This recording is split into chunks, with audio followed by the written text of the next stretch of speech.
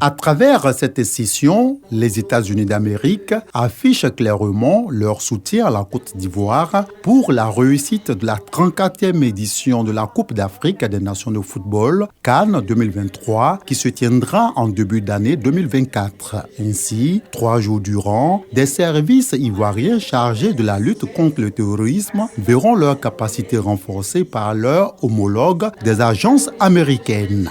Et l'événement d'aujourd'hui, qui est un exercice de lutte contre le terrorisme international, s'inscrit dans le cadre de notre réponse à votre requête, à notre réponse à notre partenariat entre les États-Unis et la Côte d'Ivoire. Et le but de cet événement comporte 2 volets: échanger les leçons apprises et améliorer la collaboration. Et les États-Unis restent disponibles pour approfondir nos partenariats pour la préparation d'une CAN réussie et la victoire des éléphants.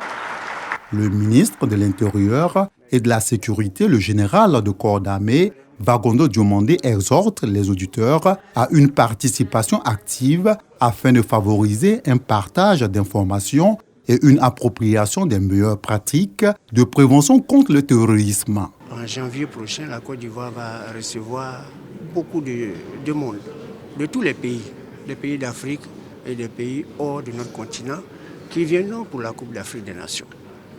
La sécurité de ces personnes est de la plus haute importance parce que nous considérons que chacun des participants est un ambassadeur de son pays auprès de la Côte d'Ivoire. À partir de ce moment-là, sa sécurité nous incombe, y compris celle des résidents.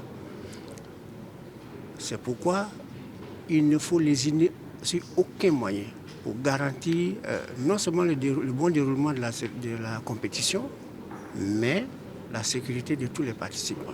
À la fin de ce renforcement de capacité qui se tient à l'école de police d'Abidjan, un plan d'action sécuritaire adapté à la coordination interservices sera validé.